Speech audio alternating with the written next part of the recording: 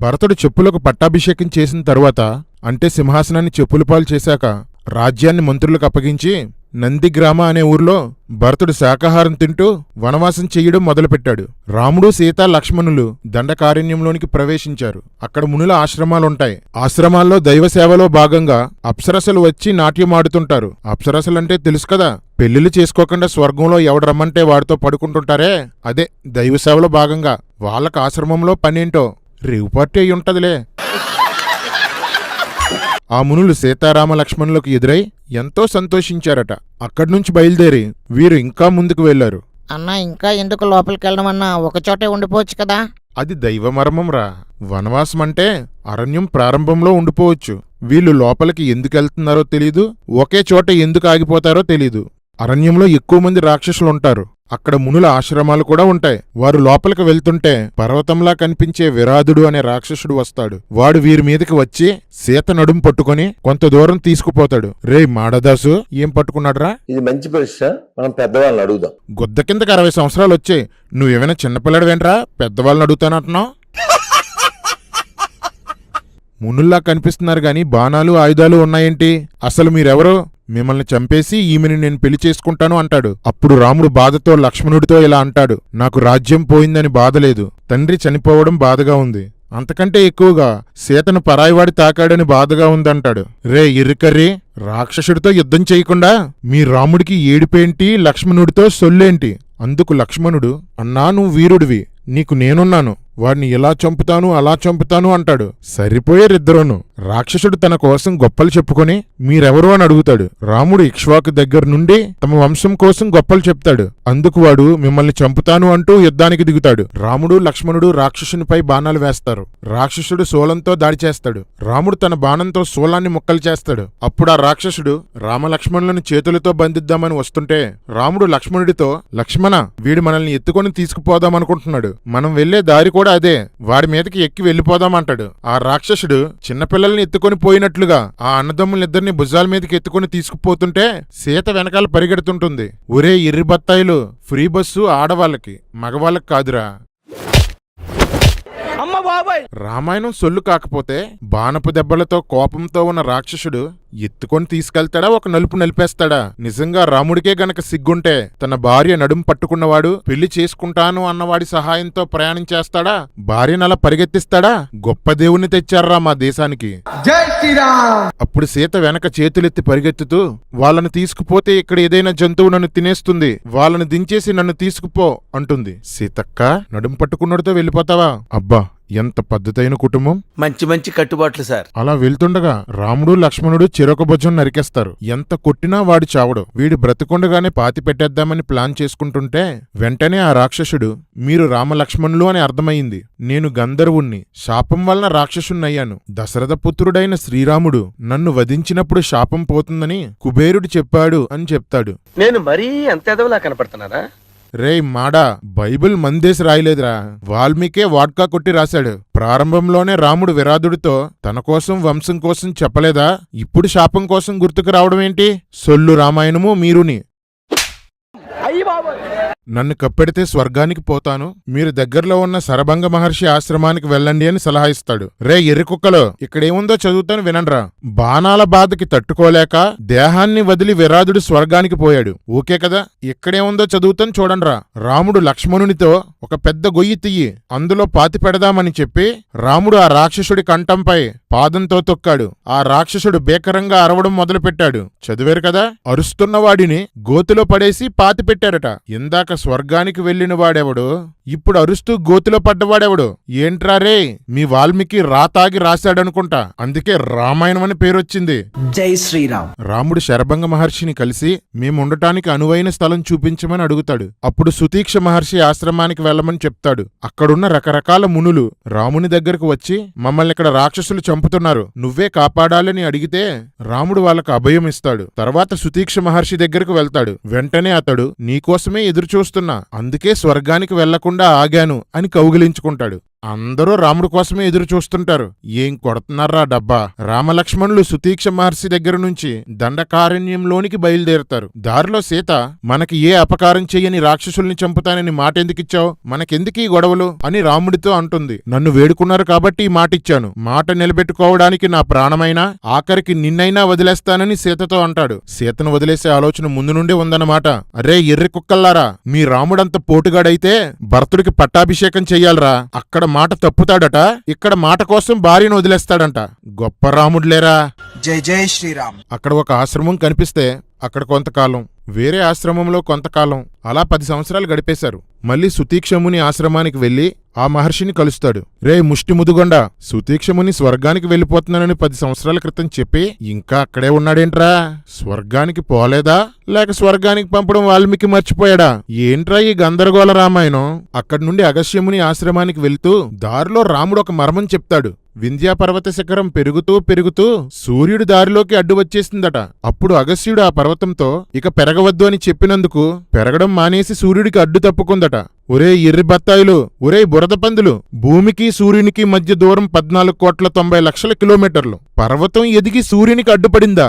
లక్ష్మణుణ్ణి సీతని చిన్నపిల్లల్ని చేసి రాముడు సొల్లు కబుర్లు చెప్పేస్తున్నాడు రోయ్. జై శ్రీరామ్. అగస్త్యముని దగ్గరికి వెళ్లి పాదాభివందనం చేస్తారు. అప్పుడు అగస్త్యుడు, ఓ రామా, వనవాసం చేసేవాడు ముందుగా వైశ్వదేవాది అగ్ని కార్యాలను ఆర్ఘ్య పాదార్థులతో అతిథి పూజలు చెయ్యాలి. అలా చేయకపోతే స్వర్గంలో తన మాంసం తానే తింటాడు అంటాడు. రాముడు ఇవేమీ చేయలేదు. వనవాస పద్ధతులు ఏమాత్రం పాటించని వాడు తండ్రి మాటకు లోబడినట్టు ఎలా అవుతుంది? అగస్త్యముని చెప్పిన ప్రకారం స్వర్గానికి వెళ్లిపోయిన తర్వాత రాముడు తన మాంసాన్ని తానే పీక్కు తింటున్నాడన్నమాట.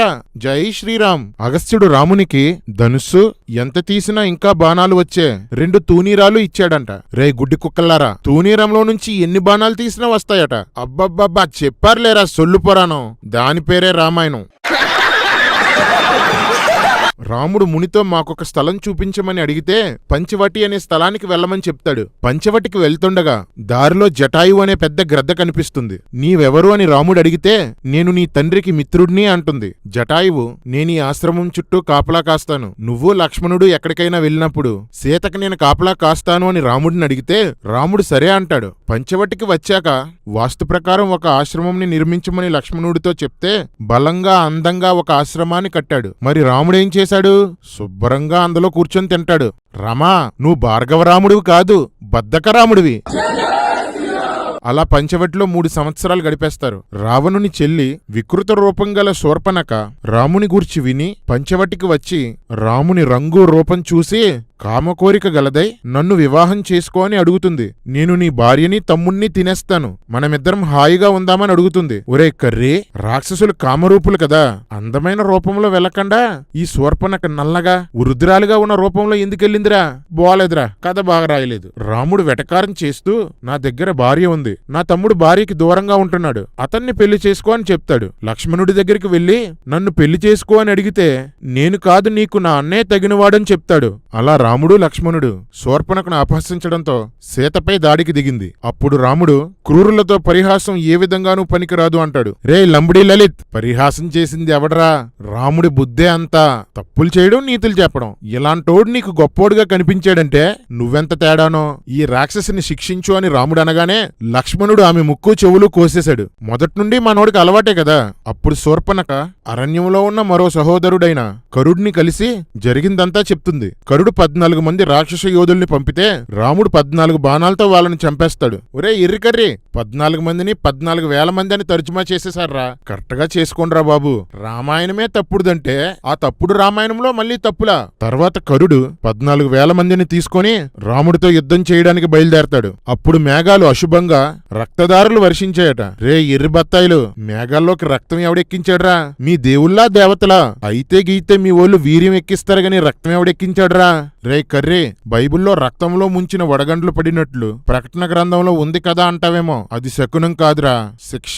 లైవ్ లో చూద్దుగాన్లే, నీ రొట్ట రామాయణంలో అది శకునమని చాలాసార్లు రాశాడు. నష్టమో నాశనమో జరిగేటప్పుడు మేఘాలు రక్తాన్ని కురిపించేలా ఉంటే నువ్వు పుట్టగానే మీ ఊరు రక్తపు వానలో కొట్టుకుపోవాలరా.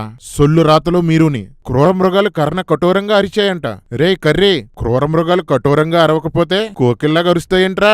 చెత్త చాదస్తాలు మీరుని. కరుడు వస్తుంటే మొలకలు పడిపోయి సమస్త భూమి కంపించిపోయిందట. చ ఏంట్రా మాకీ కర్మ. రాముడు లక్ష్మణుడిని సీతని ఒక గుహలో ఉండమని చెప్పి యుద్ధం ప్రారంభించాడు. రకరకాల ఆయుధాల్ని రాముడి మీద విసిరారు. బాణాల వర్షం కురిపించారు. రాముడు తన బాణాలతో వాటిని కొడుతుండగా శరీరమంతా గాయాలై ఒళ్ళంతా రక్తసిక్తం అయిపోయింది. రే ఎర్రికుక్కలో, ఇవెందుకురా సినిమాల్లో చూపించరో? రాముడికి దెబ్బలు తగిలాయంటే మీకు పరువు తక్కువ? రాముడు వందల కొలది బాణాలు వేసి వేల కొలది బాణాల్ని, రాక్షసుల్ని, ధనుస్సుల్ని ముక్కలు ముక్కలు చేసేశాడు. అబ్బా ఏం సొలు రామాయణంరా. రాక్షసులు పెద్ద పెద్ద చెట్లను, కొండరాళ్లను రాముడి మీద వేస్తూ చుట్టుముట్టారు. బాణాలు కురిపిస్తున్నారు. రాముడు గాంధారస్త్రం వేస్తే వేల బాణాలుగా మారి అందర్నీ గాయపరిచి చంపేశాయి. మొత్తానికి రాముడు దోషణుడు, మహాపాలు, ప్రమాది మొదలైన రాక్షసుల్ని చంపేశాడు. ఒకేసారి 5,000 బాణాలు వేసి 5,000 మందిని చంపేశాడు. ఇది వాల్మీకి రామాయణమా, వీడియో గేమా? 3 తలలు గల త్రిశూరుడు, రాముడు, కరుడు మాత్రమే మిగిలారు. త్రిశూరుడు 3 బాణాలతో రాముని నుదుటి మీద కొడితే నవ్వి పువ్వులు తగిలినట్టుంది అంటాడు. ఇవే తగ్గించుకుంటే మంచిది. రాముణ్ణి వీరుడిగా చూపాలని కథ రాస్తూ వెర్రిపప్పలా చూపించారు. జనాలు నమ్మరనే కదా ఇలాంటి సన్నివేశాలు లేకుండా సినిమాలు తీస్తున్నారు. రాముడు 3 బాణాలు వేసి త్రిశూరుడిని చంపేశాడు. త్రిశూరుడు చనిపోవడంతో మిగిలిన సైనికులందరూ పారిపోతుంటే కరుడు చూసి చాలా కోపం వచ్చి రాముడితో యుద్ధం ప్రారంభించాడు. రేయ్ మాడా, త్రిశూరుడు, రాముడు, కరుడు తప్ప అందరూ చనిపోయారని రాశారు కదరా. రాముడు, కరుడు బాణాలు వేసుకుంటే ఆకాశం కనపడలేదంట. ఏ అన్నా? బాణాలు మూసేశాయంట్రా. అవునా అన్నా? ఒకరి మీద ఒకరు వేసుకోకుండా ఆకాశం మీద ఎందుకు వేసుకుంటున్నారన్నా? చాలా సేపటి నుండి యుద్ధం చేసి అలసిపోయారు కదరా. ఏమైనా పెట్టెలు పడితే కాల్చుకొని తిందామని కరుడు బలమైన బాణాలతో రాముని కొట్టాడు. ఒళ్ళంతా రక్తసిక్తమయ్యింది. ఎన్నిసార్లు కొట్టిన చావని పావురా నువ్వు. రాముడు అగస్త్యుడిచ్చిన బాణంతో కరుణ్ణి చంపేశాడు. రాముడు ఆశ్రమానికి వచ్చేసరికి సీతా లక్ష్మణులు ఆశ్రమంలో ఎదురు చూస్తున్నారు. విజయంతో వచ్చిన రాముణ్ణి లక్ష్మణుడు పూజించాడు. సీత గట్టిగా కౌగిలించుకొని మళ్లీ మళ్లీ గట్టిగా హత్తుకుంది. రేయ్ పూజలెందుకురా, దెబ్బలకు పసుపు రాయండ్రా. ఉసేయ్ కౌగిలెందుకే, దెబ్బలకి కట్లు కట్టు అనాలి. కాని పూజలందుకొని కౌగిట్లో కరిగిపోతాడు. వాల్మీకి యుద్ధాన్ని బాగానే రాశాడు గాని ఒళ్ళంతా దెబ్బలో రక్తంతో ఇంటికి వచ్చినప్పుడు భార్య తమ్ముడు ఏం చేస్తారన్నది ఆలోచించలేకపోయాడు. కథ అలాగే ఉంటదిలే. ఇదంతా రావణుడి గూఢచారి అయిన అకంపనుడు చూసి రావణునికి చెప్తాడు. యుద్ధంలో రాముణ్ణి నువ్వు చంపలేవు. అతనికి ఓ అందమైన భార్య ఉంది. ఆమెను అపహరిస్తే భార్య వియోగాన్ని తట్టుకోలేక రాముడు ఆత్మహత్య చేసుకొని చచ్చిపోతాడు అని సలహా ఇస్తాడు. ఆ మాటలు రావణుడికి నచ్చాయంట. ఒరే ఎర్రి కుక్కల్లారా, ఎప్పుడూ జై శ్రీరామ్ అని అరవడమేనా రామాయణాన్ని చదువుతుంటారా? రావణుడు తన సోరత్వాన్ని ఎవరు అవమానించినా ఏ మాత్రం ఒప్పుకోడు. యుద్ధకాండలో తమ్ముడు, భార్య, కొడుకు, మంత్రులు ఎవరు రాముణ్ణి గెలవలేవని చెప్పినా ఎప్పుడూ ఒప్పుకోలేదు. కథ రాసేటప్పుడు చూసుకొని రాసుకోవాలరా. రామాయణంలో పాత్రలకు ఒక తీరు తెన్ను ఉండదు. వాల్మీకి ఏ మూడ్లో ఉంటే ఆ మూడ్లో పాత్రలు రాసేశాడు. ఇది వాల్మీకి రామాయణం కాదు, వరస్ట్ రామాయణం. ఇక్కడ జోకేంటంటే సీత లేకపోతే రాముడు చచ్చిపోతాడని రాక్షసుడు అనుకోవడం. రాముడికి చుట్టూ మగాళ్ళుంటే చాలు, సీత అవసరం లేదు. తర్వాత మీరే చూస్తారు కదా. పక్కనే ఉన్న మారీచుడు అనే రాక్షసుడు, ఇతడు గుర్తున్నాడా మీకు? విశ్వామిత్రుడు యజ్ఞాన్ని కాపాడడానికి రాముడు వెళ్ళినప్పుడు రాముడు బాణం వేస్తే 1200 కిలోమీటర్లు ఎగిరి పడతాడు కదా, ఆ మారీచుడు అన్నమాట. మారీచుడు రావణుడితో సీతనెత్తుకుపోతే రాముడితో యుద్ధం తప్పదు అని హెచ్చరిస్తాడు. కాని శూర్పణఖ సీత అందాన్ని పొగుడుతూ ఆమెను పొందుకోమని రాముణ్ణి చంపమని రావణుడిని ప్రేరేపిస్తుంది. రావణుడు మారీచుని దగ్గరికి వెళ్లి సీతను అపహరించడంలో సహాయం చెయ్యకపోతే చంపేస్తానని బెదిరిస్తాడు. మారీచుడు రావణుడు చెప్పినట్లుగా బంగారు లేడి రూపంలో మారడానికి ఒప్పుకుంటాడు. నీలం కొమ్ములు, తెలుపు నలుపు రంగులు గల ముఖం, నీలపు చెవులు, తెల్లని కడుపు, నెమలివన్నె శరీరం, రంగురంగుల తోకతో ఉన్న లేడిగా మారి ఆశ్రమం ముందు తిరుగుతూ ఉంటాడు. సీత చూసి ఆశ్చర్యపోయింది. రామలక్ష్మణుల్ని పిలిచి చూపిస్తే లక్ష్మణుడు, అన్నా ఇది లేడి కాదు, మారీచుడే ఇలా వచ్చాడని చెప్తాడు. రే మాడా, మారీచుడు బ్రతుకున్నాడో చచ్చిపోయాడో కూడా లక్ష్మణుడికి తెలీదు. అలాంటిది మారీచుడే లేడిగా వచ్చాడని లక్ష్మణుడికి ఎలా తెలిసిందిరా? లక్ష్మణుడికే ఆ విషయం తెలిస్తే రాముడికి సీతకి ఎందుకు తెలియలేదురా? దీన్నే సొల్లు అంటారా. కాని సీత, ఈ లేడి నా మనసు దోచింది, నాకు కావాలి అని అడుగుతుంది. ప్రాణాలతో దొరికితే అయోధ్యకు తీసుకెళ్దాం, ప్రాణాలతో దొరకకపోతే చర్మం లాగేసి ఆసనం మీద వేసి కూర్చుందాం అంటుంది. కనపడదు కాని సీత కూడా వైలెంటే. లక్ష్మణుడు ఎంత వద్దని చెప్పినా సీత ఎంత ఆశపడిందో చూడు. ఆ మృగం ఎంత అందంగా ఉందో చూడు. రాక్షసుడైనా సరే చంపుతాను, నువ్వు జటాయువు సీతను చూసుకోండని చెప్పి పోటుగాడు వేటకు బయలుదేరతాడు. రాముడంటే ఓణ్ణి కాదులే, నేను ఎర్రి రాముడంటి ఓణ్ణి కాదులే. ఆ మృగం తప్పించుకుంటూ దాక్కుంటూ మాయమయ్యి ప్రత్యక్షమవుతూ ఆశ్రమానికి దూరంగా మన ఎర్రిరాముణ్ణి తీసుకుపోతుంది.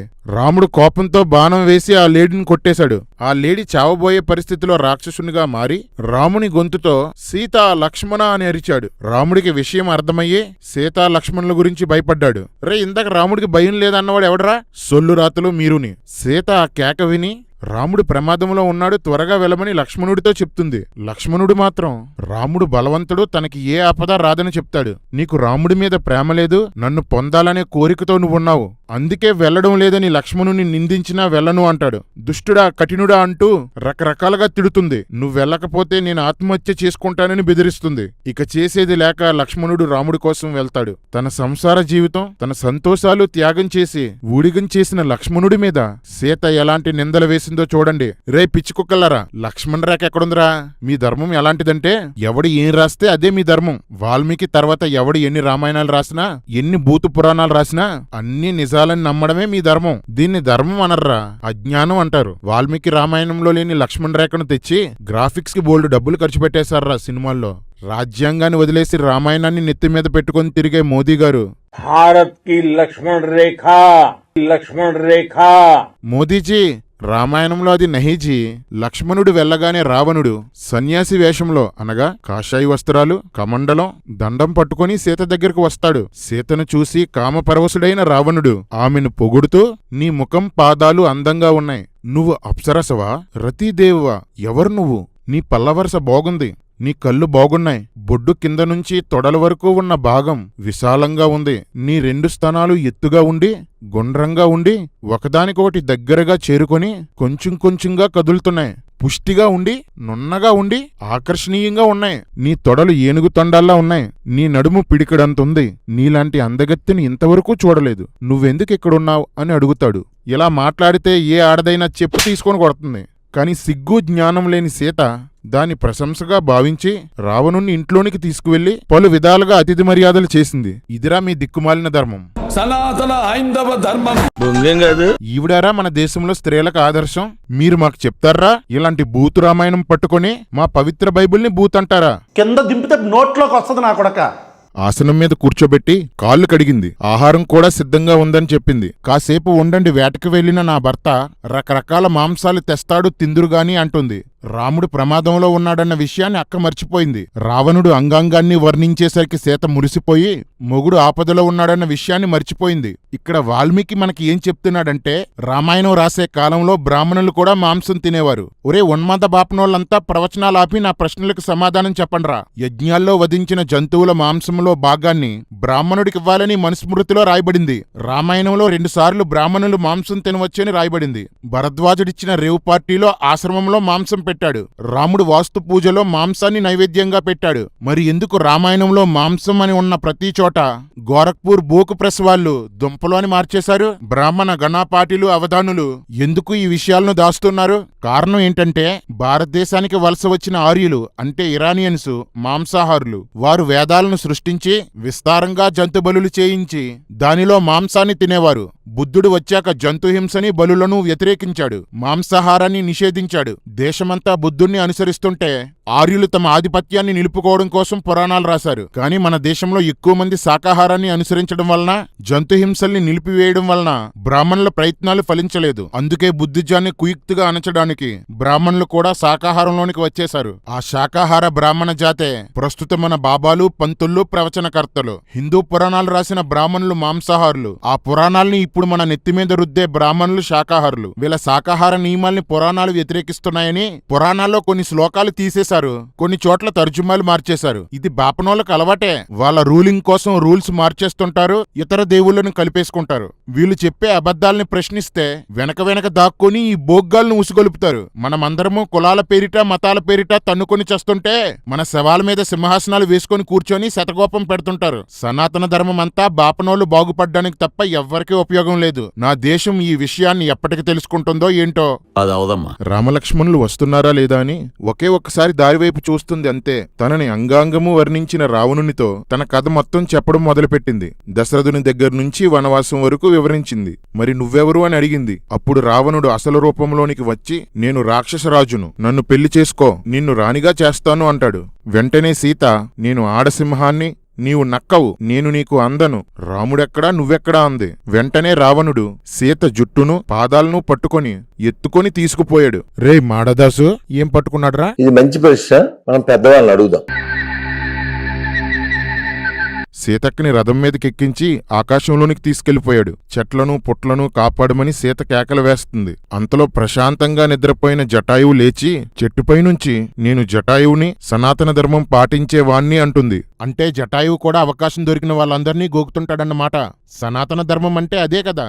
అంతేగా అంతేగా. నా వయస్సు 60,000 సంవత్సరాలు, నువ్వైతే యవ్వనుడివే అంటుంది. రావణుడు యవ్వనుడు కాదు. యుగాల లెక్కల ప్రకారం, రామాయణం సాక్ష్యం ప్రకారం రావణుడి వయస్సు సుమారు 10 లక్షల సంవత్సరాలు. నమ్మేయడమే. రావణుని చెల్లే ముసలిదైపోతే రావణుడు యవ్వనుడేటి?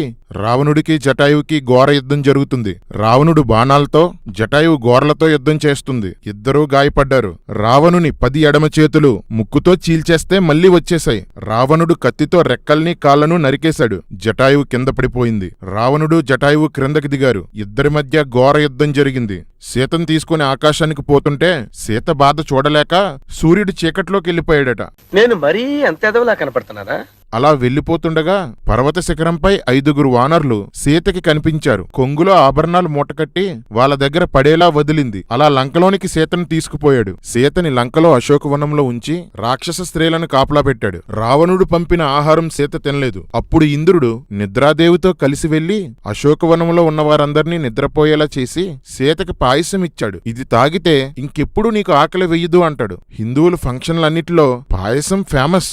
ఎందుకో ఇప్పుడు తెలిసింది. ఒకడిచ్చిన పాయసం తాగితే 3 కడుపొచ్చింది. ఇప్పుడు ఇంద్రుడిచ్చిన పాయసం తాగితే కడుపుకి ఇంకెప్పుడు ఆకలే వెయ్యదట. నిద్రాదేవంట, పాయసం అంట, ఏంట్రా ఈ సొల్లు మాకు? కట్ చేస్తే సీన్ రాముడి దగ్గరికి వెళ్తుంది. రాముడు ఆశ్రమానికి వెళ్తుండగా నక్కకోత వినపడింది. అంతలో ఏదో అశుభం జరగబోతుంది అనుకున్నాడు. రే కర్రే, మీ సనాతన ధర్మంలో నక్కలు అరవడం కూడా తప్పేనేంట్రా? అంతలో లక్ష్మణుడు ఎదురయ్యాడు. సీతకి ఏం జరిగిందో ఏంటో, ఆమె లేకపోతే నేను చనిపోతానంటూ ఏడుస్తాడు. ముందు అక్కడికి వెళ్లి చూడకుండా ఏంట్రా ఈ ఏడుపులు? ఆశ్రమానికి వస్తుండగా రాముడికి ఎడమకన్ను అదిరిందంట. మా ఊర్లో దీన్ని వాతం అంటారు. సనాతన ధర్మం దీన్ని అపశకునం అంటుంది. ఆశ్రమానికి వెళ్లి చూసేసరికి సీత లేదు. రాముడు వెతుకుతూ కనిపించిన ఒక పుట్టను, సీత నీకు కనపడిందా? ఎటు వెళ్ళిందో తెలుసా అని అడుగుతాడు.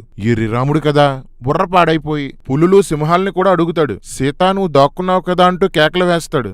చిన్న మెదడు చితికింది, పెద్ద మెదడు పగిలింది, టోటల్ గా బ్రెయిన్ దోబింది. పర్వతాలు, గుహలు, నదులు వెతుకుతారు. సీత సీత అని అరుస్తారు. మొదట రాజ్యం పోయింది, తర్వాత తండ్రి పోయాడు, ఇప్పుడు సీత కూడా పోయిందని ఏడుస్తాడు. నా సీత వక్షస్థలం ఎర్రచందనం రాసుకోవడానికి అర్హత కలిగింది. అంతటి అందమైన వక్షోజాలు రాక్షసునితో పెనుగులాడినప్పుడు రక్తసిక్తమై షేపులు మారిపోతాయేమో అని బాధపడ్డాడు. రామా, నీకు కావలసింది వైదేహియా వక్షోజాల? నీ ధర్మమే అంతలే, కామధర్మం. లక్ష్మణుడు ఎంత ఓదార్చినా రాముడు ఏడుపు ఆపడం. వెతుకుతుండగా రాక్షసుని కాలిముద్రలు కనిపిస్తాయి. ఆభరణాలు, యుద్ధ అవశేషాలు చూస్తాడు. కోపంతో ముల్లోకాల్ని నాశనం చేస్తాను అంటాడు. రామా, అంత పోటుగడువైతే సీతను వెతుక్కోవచ్చు కదా. ముల్లోకాల్ని నాశనం చేస్తే అందులో సీత కూడా చచ్చిపోద్ది కదా. నువ్వు ఎర్రి రాముడువో బుర్రలేని రాముడువో అర్థం కావట్లేదు రామా. లక్ష్మణుడు రాముణ్ణి శాంతపరుస్తాడు. ముందు రాక్షసుడెవడో తెలుసుకుని వాణ్ణి చంపు అంటూ బుద్ధి చెప్తాడు. కష్టాలందరికీ సహజం, భూదేవికి కూడా భూకంపాల రూపంలో కష్టాలు వస్తాయంటాడు. లచ్చా, భూకంపం వస్తే కష్టం భూమికి కాదు, భూమి మీద ఉన్న మనకి. సూర్యచంద్రుల్ని రాహు మింగినప్పుడు గ్రహణం అనే బాధ అనుభవిస్తూ ఉంటారట. అన్నా, కర్మలు ఎవరైనా సరే అనుభవించక తప్పదు. ఇదివరకు ఇవన్నీ నువ్వే నాకు చెప్పావంటాడు. రాముడు మన బాబాల్లాగా కూర్చొని సొల్లు చెప్పడమే కాని వాటిని పాటించడన్నమాట. అది సనాతన ధర్మం అంటే. ఓన్లీ సొల్లింగ్స్, నో డూయింగ్స్. జై సనాతన్, జై శ్రీరామ్. అంతలో రెక్కలు, కాళ్ళు, పక్కలో నరకబడి చావు బ్రతుకుల్లో ఉన్న జటాయువును వెనక నుండి చూస్తారు. వెంటనే ఎర్రిరాముడు రాక్షసుడి గ్రద్దరూపంలో మారి సీతను చంపేసి తినేసి ఇక్కడ హాయిగా కూర్చున్నాడు. వీడిని ఎలా చంపుతానో చూడు అని దాడికి వెళ్తాడు. రే ఎర్రి కుక్కల్లారా, తనకు ముందే తెలిసిన జటాయువు కాళ్ళు రెక్కలు పక్కలు నరకబడి రక్తపు మడుగులో పడి ఉంటే కూర్చుంది అంటాడేంట్రా మీ రాముడు? రాముడికి ఇప్పుడే బుర్రపాడైపోయిందా పుట్టిన దగ్గర నుంచి అంతేనా? సీతని కాపాడటానికి ప్రాణాల మీదకి తెచ్చుకున్న జటాయువుని చంపడానికి బయలుదేరాడు తెంగర వీరుడు. జై శ్రీరామ్. దగ్గరకు వచ్చి అది జటాయువుని గుర్తిస్తాడు. జటాయువు జరిగిన విషయమంతా చెప్తాడు. సీతను దక్షిణ దిశకు తీసుకుపోయాడు. అతని పేరు రావణుడు అని చెప్పి జటాయువు చనిపోతుంది. అప్పుడు రాముడు రాజ్యాధికారం చిక్కినట్లు చిక్కిపోయింది, సీత పోయింది, ఇప్పుడు జటాయువు పోయిందని ఏడుస్తాడు. రాజ్యం పైన ఆశ లేదంటాడు. అస్తమానం రాజ్యం పోయిందని ఏడుస్తాడు. మీ రాముడు ఎర్రి రాముడే కాదు, ఏడుపుల రాముడు కూడా. ఊరుకో ఎద్దులో ఉన్న ఏడిస్తే దరిద్రంగా ఉంటది. జటాయువుకి దహన సంస్కారాలు చేసి రాముడే మంత్రాలు చదివి పిండం పెట్టాడు. తర్వాత రామలక్ష్మణులు నైరుతి దిశగా క్రౌంచారణ్యంలోనికి ప్రవేశించారు. ఒక ఆడరాక్షసి ఎదురుపడి లక్ష్మణునితో తనతో వ్యభిచరించమని అడుగుతుంది. లక్ష్మణుడు ఆమె చెవులు, ముక్కు, స్తనములు కోసేస్తాడు. లచ్చా, నీకిదే పనా? అయినా స్తనాలేం చేసుకుంటావు లచ్చా? ఇంకా ముందుకు వెళ్ళగా కబంధుడు అనే భారీ రాక్షసుడు కనిపిస్తాడు. అతని చేతులు ఒక్కొక్కటి 12 కిలోమీటర్ల పొడుగు. అతని తల పొట్ట మీద, నుదురు గుండె దగ్గర ఉండి నుదిటిపై ఒంటి కన్నుతో ఒళ్ళంతా నిక్కబొడిచిన వెంట్రుకలతో ఉన్నాడు. నా చిన్నప్పుడు చదివిన చందమామ కథలే సొల్లనుకున్నాను. భూమి పుట్టిన తర్వాత లోకంలో రాయబడిన కల్పిత పుస్తకాలు, సరదాగా చెప్పుకునే సొల్లు కథలు అన్నిటికన్నా రామాయణమే నెంబర్ 1. డొల్లలో రామాయణానికి ఏది సాటి? సొల్లులో రామాయణమే మేటి. జై శ్రీరామ్. ఆ కబంధుడు రామలక్ష్మణులను చేతులతో పట్టుకొని నొక్కుతూ తన వైపు తీసుకుపోతుంటే ఇద్దరూ మూర్చబోయారు. మూర్ఛ రామాయణం కదా, అలాగే ఉంటది. అంతలో తేరుకొని రాముడు ఒక భుజాన్ని, లక్ష్మణుడు ఒక భుజాన్ని నరికేస్తారు. రే ఎర్రి కుక్కలు, దేంతో నరికర్రా? వాడి భుజాల దగ్గర వీళ్ళ కత్తులెంతుంటాయిరా? చెప్పారులేరా సొల్లు పురాణం, దాని పేరే రామాయణం. రాక్షసుడు క్రిందపడి మీరెవరని అడిగితే ఇక్ష్వాకు వంశం నుండి కథ చెప్తాడు. ఇక తెలిసిందే కదా సొల్లు. రాక్షసుడు మునిశాపం నుండి బయటకు వస్తాడు. మీకోసమే ఎదురు చూస్తున్నాను అంటాడు. వచ్చాడు కాల్చాడు సచ్చాడు రిపీట్, వచ్చాడు కాల్చాడు సచ్చాడు రిపీట్. నా వల్ల కాదు అన్నయ్య, నా వల్ల కాదు. సీతని వెతకడంలో సహాయపడమని కబంధుణ్ణి రాముడు వేడుకుంటాడు. అప్పుడు కబంధుడు కిష్కిందలో వాలి సుగ్రీవులనే అన్నదమ్ములుండేవారు. వాలి సుగ్రీవుణ్ణి కిష్కింద నుండి పంపేశాడు. సుగ్రీవుణ్ణి కలుసుకో, సీతని వెతకడంలో అతడు సహాయపడతాడని చెప్తాడు. మీరు పశ్చిమ దిశగా వెళ్తుంటే మాతంగి మహర్షి ఆశ్రమం వస్తుంది. ఆ వనంలో మునుల చెమట గాలికి ఎగిరి చెట్ల మీద పడి పువ్వులుగా మారాయి. అవి ఎప్పటికీ వాడిపోవు అని చెప్తాడు. జేమ్స్ క్యామరూన్ అవతార్ కన్నా పెద్ద ఫిక్షన్లా ఉందేంట్రా మీ రామాయణం? అటు చూడు, అటు చూడు బే.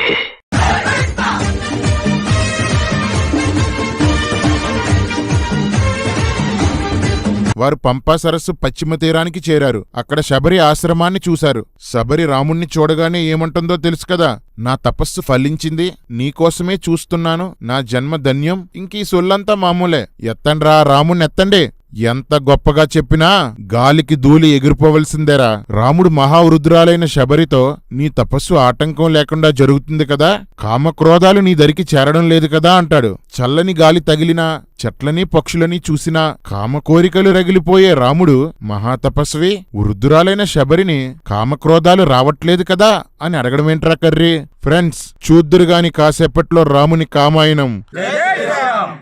శబరితో నాపై నీకు చాలా ప్రేముందని విన్నాను, ఆ ప్రేమ చూడాలి అని ఆశపడుతున్నాను, చూపించు అంటాడు. నిజానికి కబంధుడు శబరికి రాముడి మీద ప్రేముందని చెప్పలేదు. అంటే రాముడే ప్రేమను అడుక్కుంటున్నాడన్నమాట. ఒరేయ్ పంది ప్రసాదు, భార్య కనబడకపోతే వెతుక్కోకుండా ఎవరి ప్రేమ కోసమో ఎదురు చూస్తారా ఎవరైనా? రాముడు పెద్ద మూడిష్టు. ఎప్పుడు మూడు ఎలా మారుతుందో ఎవరికీ తెలీదు. రామా, నువ్వు ముద్దుల రాముడు కాదు, మూడిష్టు రాముడివి. జై శ్రీరామ్. శబరి చెట్లు పువ్వులు అన్నీ చూపించి నేనిక స్వర్గానికి పోతాను అని చెప్తుంది. ఇంకా తానున్న ఆశ్రమం కోసం చాలా సొల్లు చెప్తుంది. మొత్తానికి రాముడు సీత కోసం మర్చిపోయాడు. ఇది రాముడంటే. శబరి స్వర్గానికి వెళ్లడానికి రాముడు అనుమతించగానే తనను తాను అగ్నితో కాల్చుకొని స్వర్గానికి పోతుంది. శబరి ఎంగిలిస్తే రాముడు తిన్నాడు. శబరి చనిపోయి నదిగా మారిపోయింది. ఇదంతా మూల రామాయణంలో లేదు. ఎవడు ఇవన్నీ కలిపాడో నేను తెలుసుకుందాం అనుకుంటున్నాను. నాకిప్పుడే తెలియాలి. ఎందుకన్నా? రామాయణంలో ఇప్పటికే ఇంత సొల్లు రాసి ఉంటే ఇంకా కలిపిన ఆ కక్కుర్తిగాడు దొరికితే బహుమానంగా ఒక బల్లెమిద్దామని అక్కడి నుండి ఋష్యమూక పర్వతం వైపు వెళ్తూ రాముడు చెట్లు పుట్టలు వర్ణిస్తుంటాడు. ఋష్యమూక పర్వతానికి వచ్చిన తరువాత రాముడు మళ్ళీ ఏడుపు మొదలు పెడతాడు. రాజ్యాధికారానికి దూరమై దయనీయ అవస్థలో ఉన్న నన్ను సీత పదే పదే ఓదార్చేది. ఇప్పుడు ఆమె లేకుంటే ఎలా అని ఏడుస్తాడు. అమ్మ దొంగ రామా, అందరి దగ్గర నాకు రాజ్యకాంక్ష లేదు అని యోగిలాగా నటించి పెళ్ళం దగ్గర కూర్చొని ఏడుస్తావా? నువ్వు గొప్ప నటుడు భయ్యా. సాధారణంగా నటరాజు అంటారు కదా, అది తప్పు. నటరాము అనాలి. అలా అరణ్యకాండ ముగిసి కిష్కింధకాండ ప్రారంభమవుతుంది.